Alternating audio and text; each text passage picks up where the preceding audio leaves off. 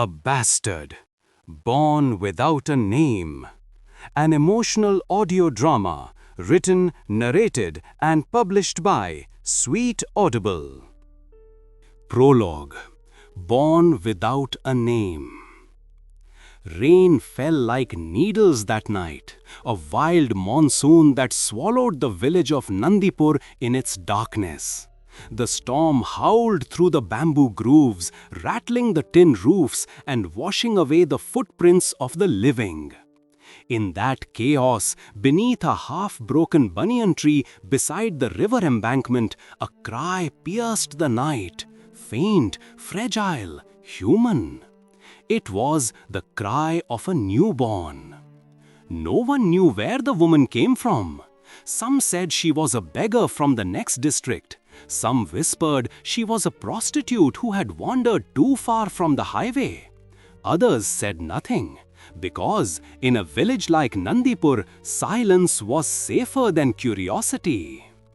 When the old sweeper woman Kaveri found her the next morning, the woman was dead. Her body pale, drenched, and covered in the muddy embrace of the storm. But the baby was alive, barely breathing, wrapped in her torn sari.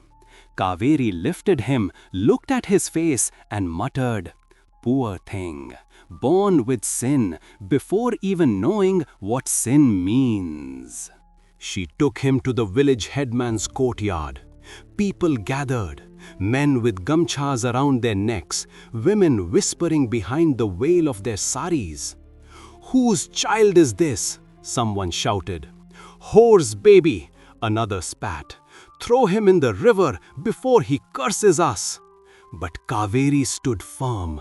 She was a widow, living on scraps, yet her spine was stronger than any man's pride. "If the river takes him," she said, "it'll take our humanity first." That day, the headman reluctantly allowed her to keep the child.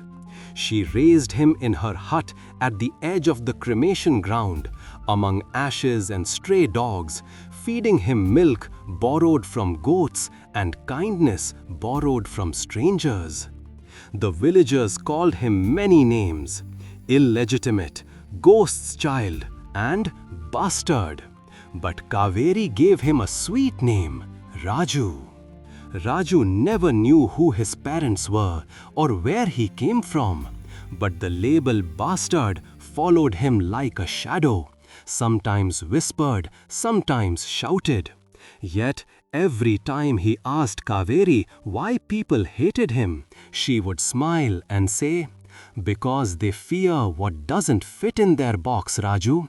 You weren't born in a house, you were born in a storm." And somehow those words became his truth. Chapter 1. The Dust of Nandipur. Nandipur was a village that smelled of cow dung, rain, and stories. It sat quietly between two rivers, Baitarani and the nameless stream that villagers called Choti Ma. The fields stretched endlessly, dotted with buffaloes, scarecrows, and the occasional dream. Raju grew up running through those fields barefoot, his soul toughened by thorns and poverty. Kaveri swept temple floors and cleaned gutters to feed them both. Their hut was a patched miracle, mud walls, straw roof, and a door that creaked like an old man's sigh. At 10, Raju had already learned the art of surviving. He fished from the pond with his hands, stole leftover rotis from temple prasad, and repaired broken kites for other children for a few coins. He never complained. Hunger was his friend. It visited often, stayed long, and left silently. School was a privilege for others. Yet, the village teacher, a kind man named Master Haranath, noticed Raju one afternoon trying to copy letters drawn on the dust outside the school. "What are you doing, boy?" Haranath asked. Raju looked up, shy but unafraid. "Trying to write my name, Master Ji." Do you know how to spell it? Raju hesitated. No one ever told me my real name. Something in that reply melted Haranath's heart. From the next day, he let Raju sit at the back of the classroom, barefoot, without uniform or books. Other students laughed at him, but Haranath would glare them into silence. Raju soaked up words like dry earth drinking rain. Letters became his toys, books his weapons. By 12, he could read the newspaper scraps that wrapped the vegetables in the bazaar. By 14, he was writing poems no one cared to read. But intelligence in poor boys often breeds trouble, especially when the powerful feel threatened. The village headman's son, Bikram, was everything Raju wasn't: rich, arrogant, and cruel. He saw Raju as a stain on the village's purity. He bullied him in class, called him names, even threw cow dung at his hut once. Raju endured it, until one afternoon when Bikram tried to push him into the river. Raju fought back. He didn't win, but he didn't drown either. That defiance was enough. From that day, Bikram became his lifelong enemy. Evenings in Nandipur were beautiful yet cruel. The sun sank behind the palm trees, leaving trails of gold in the ponds. Women carried water pots on their heads, men smoked beedis near the tea stall, and children played cricket with sticks and rubber balls. Raju had a small group of friends: Chotu, the potter's son, who stammered but dreamed of the city; Pari, a cheerful girl from the weaver's family; and Mira, the headman's niece. Ah, Mira. She was different, educated, soft-spoken, with eyes that seemed to understand pain. While others ignored Raju, she spoke to him without disgust. She once gave him a half-eaten mango and said, "You look hungry." He wanted to say, "I always am," but instead he just smiled. They met often after that, near the old banyan tree, beside the well, sometimes on the way to school. She told him about books, he told her about dreams. She read him lines from Tagore, and he listened like every word was sunlight. But Mira's family would never allow such friendship. A bastard and a headman's niece, it was sin in their eyes. Once, when Bikram saw them together, he spat, "Keep your filth away from her." Raju clenched his fists but said nothing. He knew silence was safer, for now. Then came the fair of Kartik Purnima, the biggest celebration in Nandipur. The entire village gathered near the riverbank, with oil lamps floating like fireflies on the water. There were sweets, songs, and the smell of jasmine and jaggery in the air. Raju worked at a stall selling puffed rice for 2 rupees a day. That night, under the moonlit sky, Mira found him near the river. "You've changed," she said, smiling. "How?" he asked. "You don't look like a boy anymore. You look like someone who wants to run away." He looked at the river, silent for a while, and then whispered, "Maybe I do." Mira reached into her small purse and pulled out a folded piece of paper, an old map of Cuttack city. "If you ever go," she said, "take this. There's a world beyond this dust, Raju. You deserve to see it." Before he could reply, a group of villagers approached. She slipped away into the crowd like a ghost, leaving only the faint scent of sandalwood behind. That night, Raju lay awake in his hut, the sound of drums fading into darkness. Kaveri snored softly beside him. He looked at the map again and thought, maybe the storm that brought me here wasn't meant to end here. Outside, thunder rolled again. History, it seemed, was preparing another storm. Sweet, audible. Chapter 2: A Ray in the Mud. 2 years passed since that moonlit fair, Yet Raju still carried Mira's map folded inside his old school notebook. The paper yellowed, the ink faint, but her handwriting alive like a whisper from another world. He was 16 now. His shoulders had broadened, his voice deepened, and his hunger, not for food but for purpose, had grown sharper than a sickle's edge. Kaveri's back had bent further with time, yet her spirit refused to break. Every morning she hummed temple songs while Raju fetched water from the well. Life was still poor, but it had rhythm, the rhythm of survival. Raju spent half his days studying under Master Haranath's guidance and the other half helping farmers in the paddy fields. For every 10 hours of sweat, he earned 2 rupees.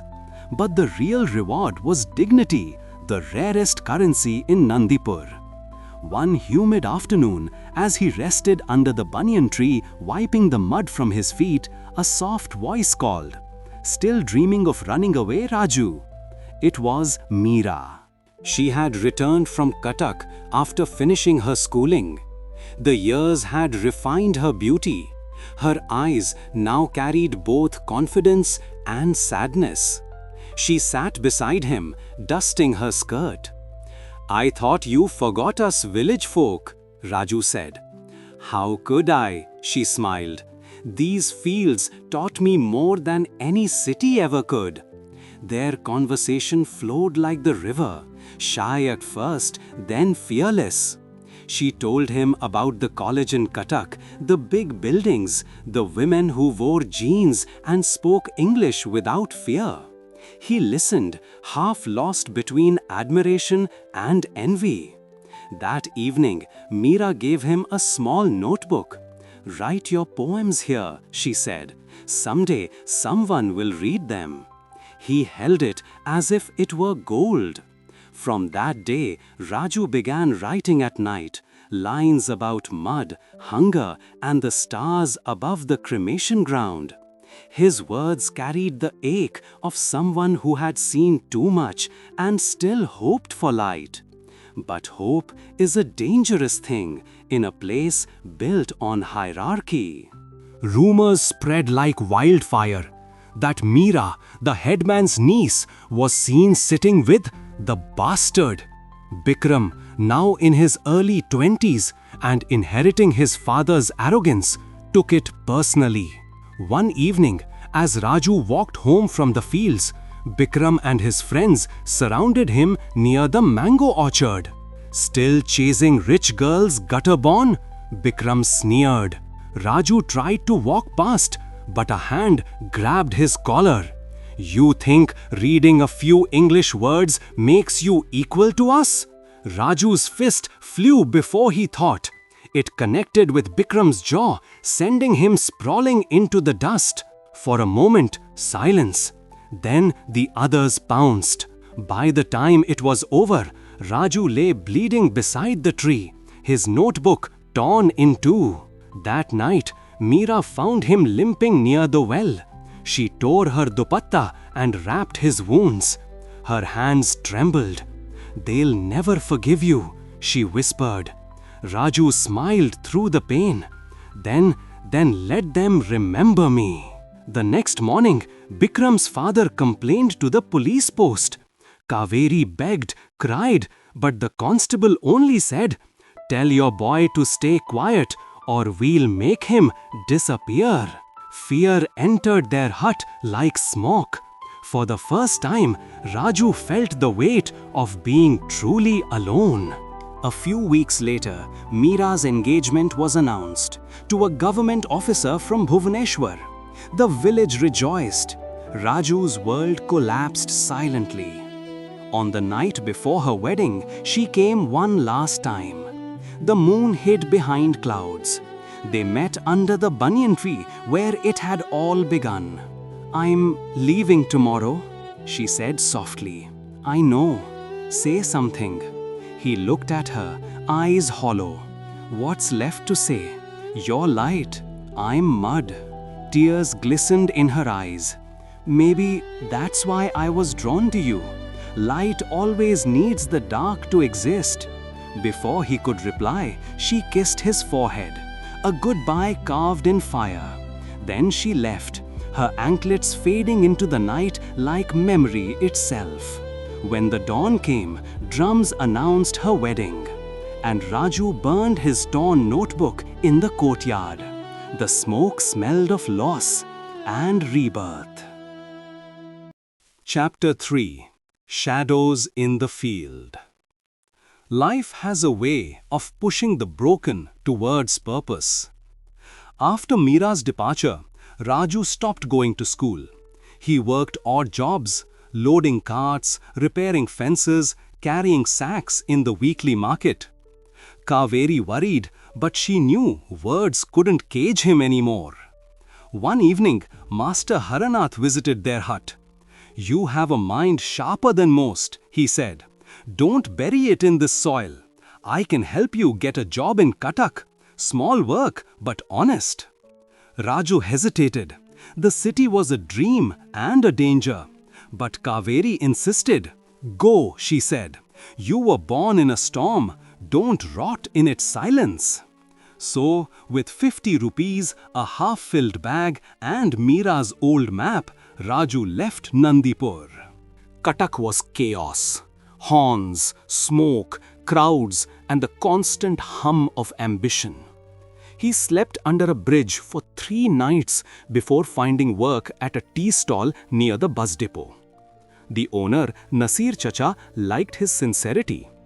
"Keep your head down, work hard, and the city will feed you," he said.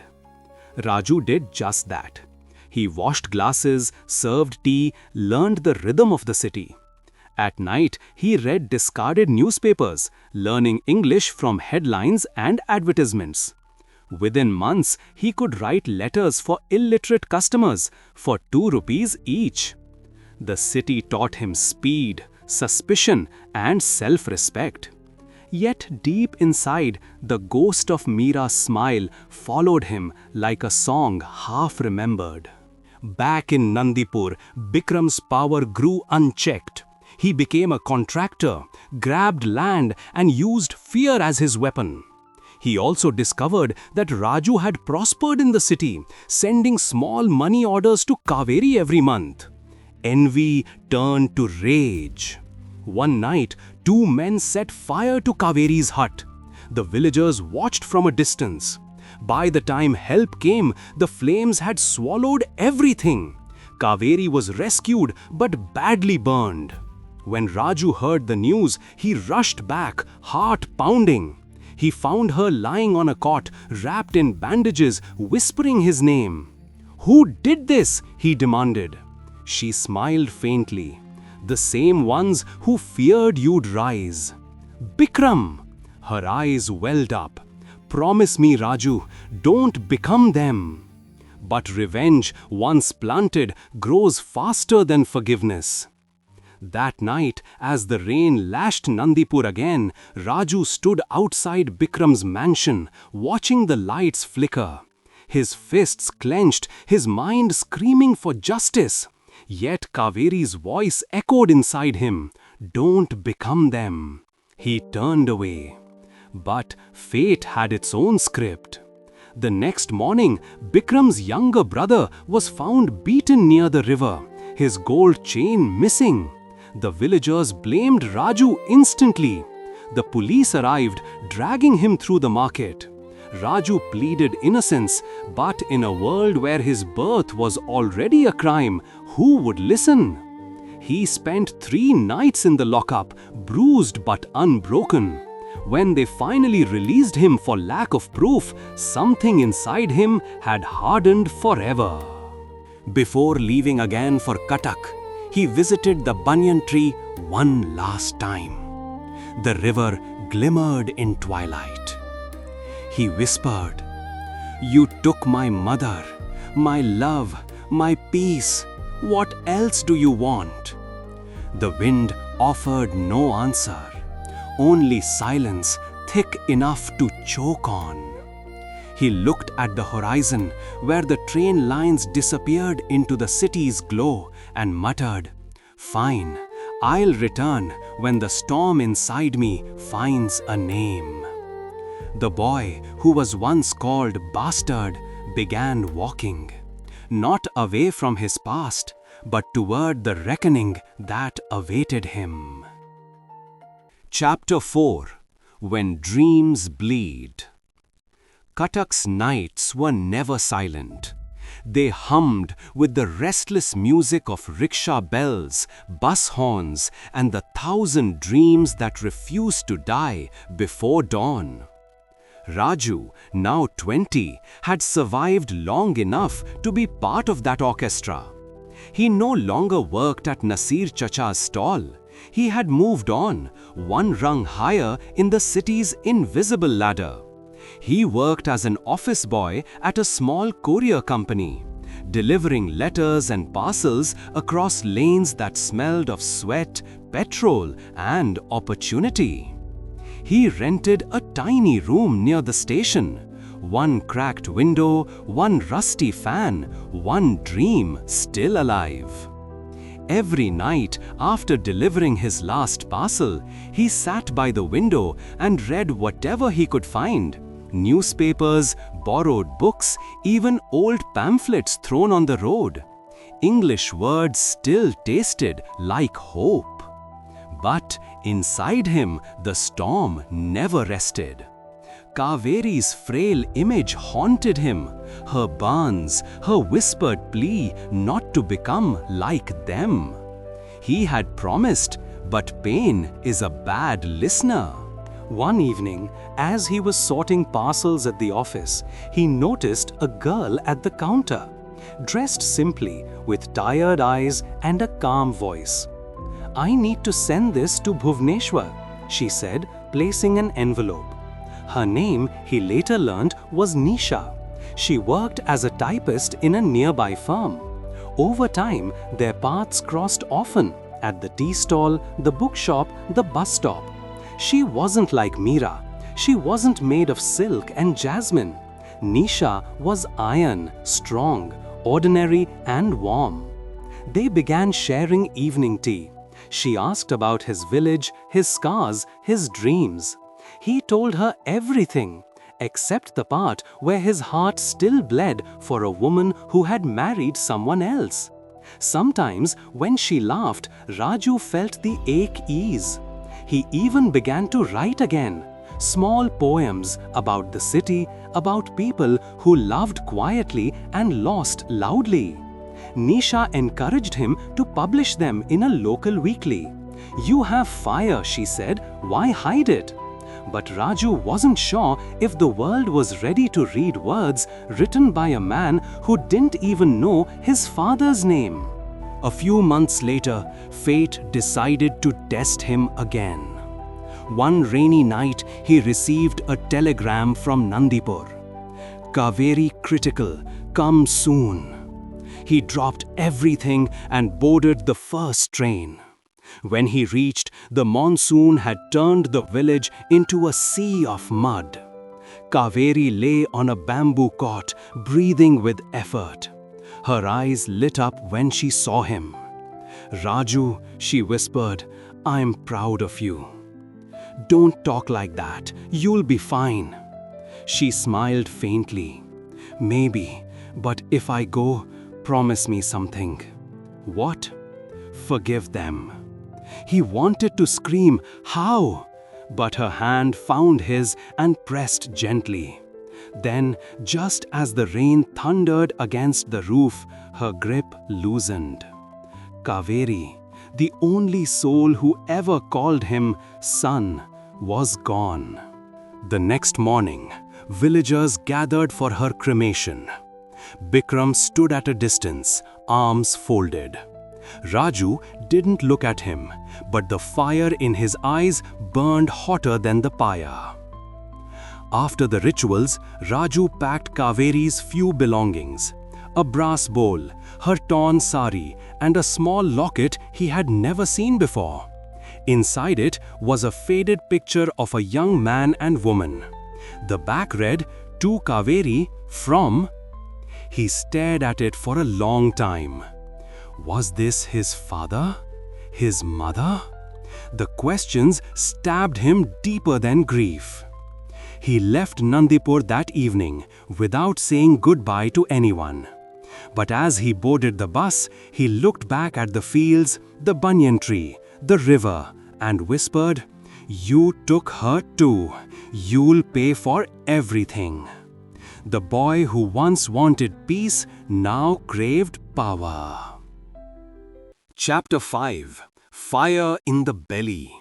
Back in Cuttack, Raju's grief became fuel. He began working longer hours, taking night shifts, saving every rupee he could. His boss noticed his discipline and promoted him to supervisor.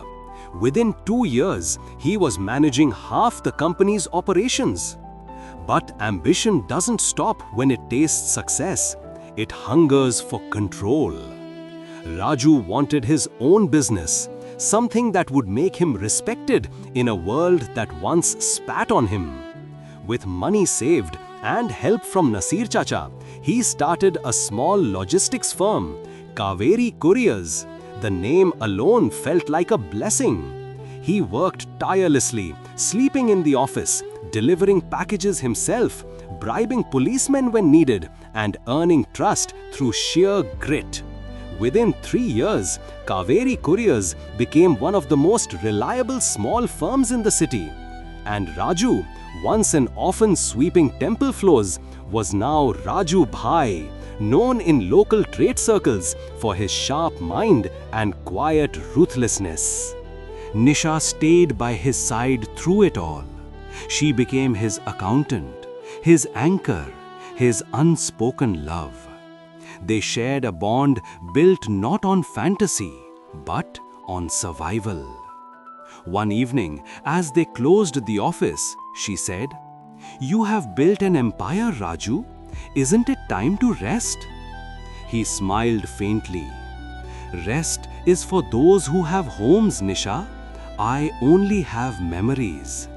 She reached for his hand but stopped. Sometimes even the strongest fire burns the one who carries it too long. He didn't answer. His eyes were fixed on the newspaper headline that morning. Village contractor Bikram Mishra wins government tender for rural roads. It was as if the past had returned wearing a crown. That night, Raju couldn't sleep. He stared at the ceiling fan spinning endlessly, whispering the same question. Why does he still win? By dawn, he had made his decision. He returned to Nandipur after almost 5 years. The village had changed. New roads, new shops, and the same old prejudice hiding under fresh coats of paint. Bikram now drove a white Bolero, built a mansion near the school, and walked around with the swagger of a man untouchable. When Raju walked through the market, whispers followed. "Look, the bastard is back, but he's rich now." He met Master Haranath first, the only man who still greeted him with warmth. "Raju, you've done well," the old teacher said. "But what brings you here?" Raju smiled faintly. Closure, maybe. That evening, he visited Kaveri's grave under the peepal tree and placed a garland. "I didn't forget your words, Ma," he said softly. "But forgiveness is a road I don't know how to walk."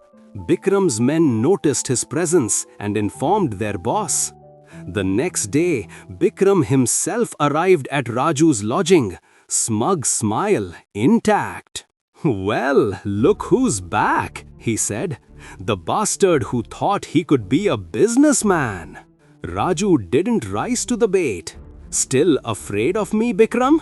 "Afraid?" Bikram laughed. "Of what? You might have money, but I have power. Remember, this is my village." Raju looked at him calmly. Not for long. Their eyes locked. Two storms meeting in silence. That night, Raju met a few old farmers who had suffered under Bikram's contracts, unpaid laborers, cheated suppliers. They spoke with bitterness, fear, and exhaustion. Raju listened, and a plan began to form. Over the next weeks, he quietly used his network in the city to expose Bikram's corruption, fake bills, forged tenders, illegal land deals. Nisha helped him draft letters, gather evidence, and send documents anonymously to the district collector. Soon, the local newspaper carried a headline that shook Nandipur. Contractor under investigation for fraud, properties seized. Bikram's pride shattered overnight. He suspected Raju but had no proof. The villagers who once feared him began whispering his downfall like a prayer. Raju didn't celebrate. He sat by the river that evening, watching the reflection of the setting sun. Justice should have felt sweet.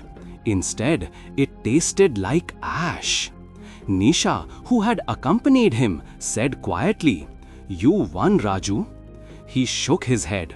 "No, I just made the world uglier in a different way." For the first time, she saw tears in his eyes. He wasn't crying for revenge lost or won, but for the boy he used to be, the one who still waited under that banyan tree for love, forgiveness, and peace. That night, as he packed to leave, he heard footsteps behind him.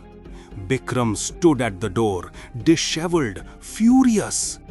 "You ruined me," Bikram growled. "You'll regret this." Raju didn't move. "I didn't ruin you. You did that long ago when you forgot what it means to be human." Bikram lunged forward, knife in hand. A struggle followed, violent, desperate. In the scuffle, Bikram stumbled backward, hitting his head against the stone threshold.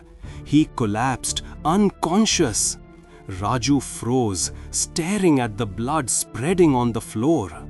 The storm inside him went silent, not out of peace, but horror. He dropped the knife, ran into the rain, and disappeared into the darkness, leaving behind a question that would haunt him forever. Had he become what Kaveri feared most? By morning, Bikram was alive but badly injured. He told the police Raju attacked him. When they reached Raju's lodging, he was gone. Only a single note lay on the table. "I didn't kill him, but maybe the man I used to be is dead." Chapter 6. The Return of the Bastard. Months passed after Raju vanished from Nandipur. Rumors spread faster than the monsoon wind. Some said he had fled to Kolkata. Others whispered he had been killed and buried near the river. But cities have a way of swallowing men whole and spitting them back changed. Raju re-emerged in Bhubaneswar, hair cropped short, eyes colder, wearing a new name on visiting cards. Raj K. Mishra, Director, Kaveri Logistics Private Limited. Money had bought him legitimacy, but it hadn't bought peace. Every success meeting, every newspaper feature, every handshake with officials only reminded him of one truth. He had built his empire not from ambition, but from anger. He kept a picture of Kaveri on his desk and a gun in his drawer, unsure which one truly protected him. One evening, while leaving his office, he saw a familiar face waiting at the gate. Nisha. She looked worried. "You have been avoiding everyone, Raju." "I needed silence," he said. "Silence or escape?" He said nothing. She stepped closer. "You can't keep punishing yourself for surviving. What happened was not your fault."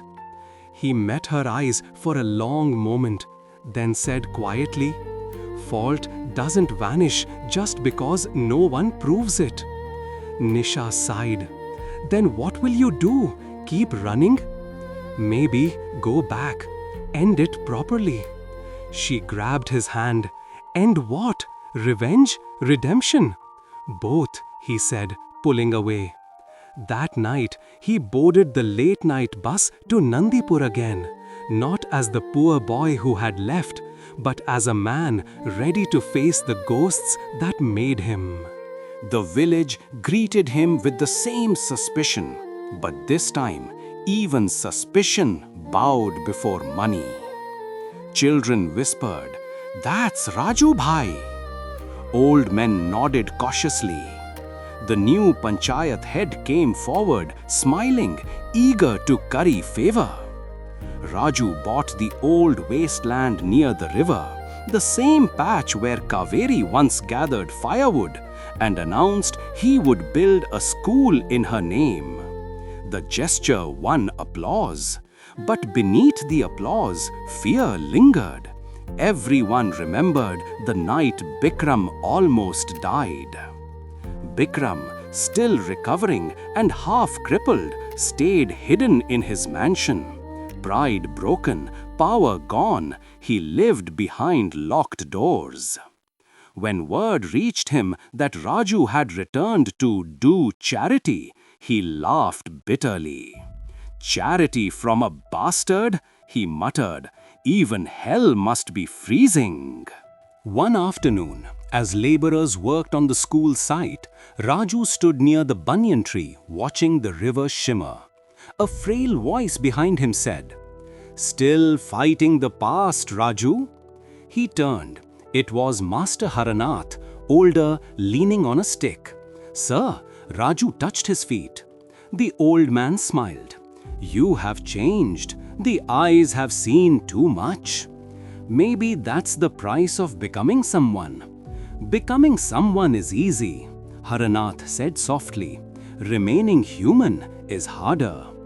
The words pierced him more sharply than any insult ever had. That night, as rain returned after months of drought, Raju walked through the market lanes.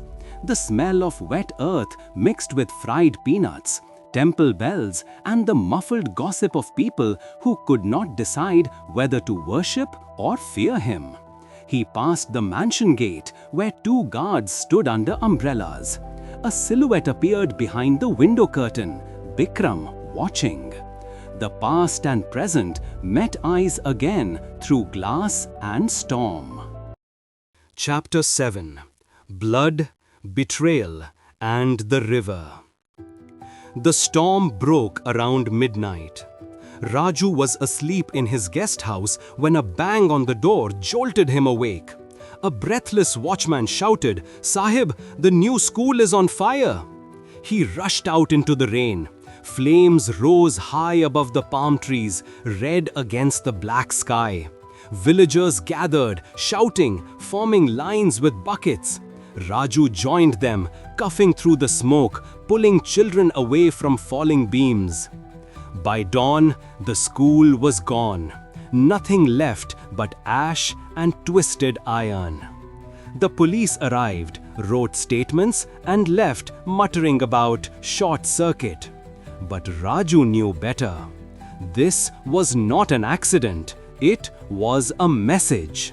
Later that day, he received a crumpled note slipped under his door.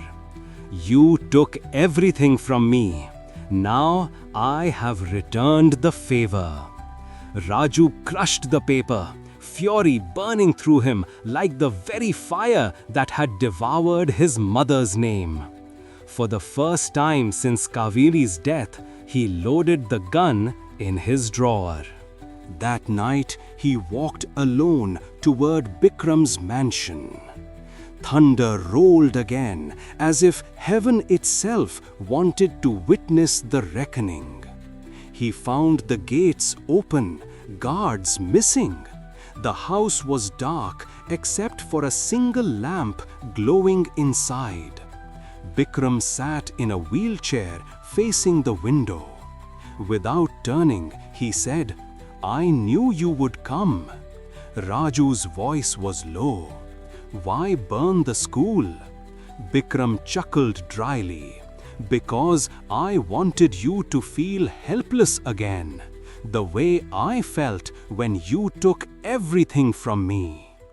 Raju stepped closer, rain dripping from his coat. "You destroyed enough lives. It ends tonight." Bikram turned his head slowly. His eyes were tired, almost pleading. "Then do it. Kill me. That's what bastards do, isn't it?" Raju froze. The word hit him harder than the thunder outside. He raised the gun, but memories flooded in. Kaveri's trembling hands, Haranath's gentle warning, Meera's smile under the moonlight. He lowered it. "I am not you," he whispered. As he turned to leave, Bikram shouted, "Coward, you'll always be what you were born, a mistake." The gun fired. Neither man saw who pulled the trigger. When the police arrived hours later, Bikram was dead, shot through the chest. Raju lay unconscious nearby, blood on his arm. The gun was found between them. The news spread by morning.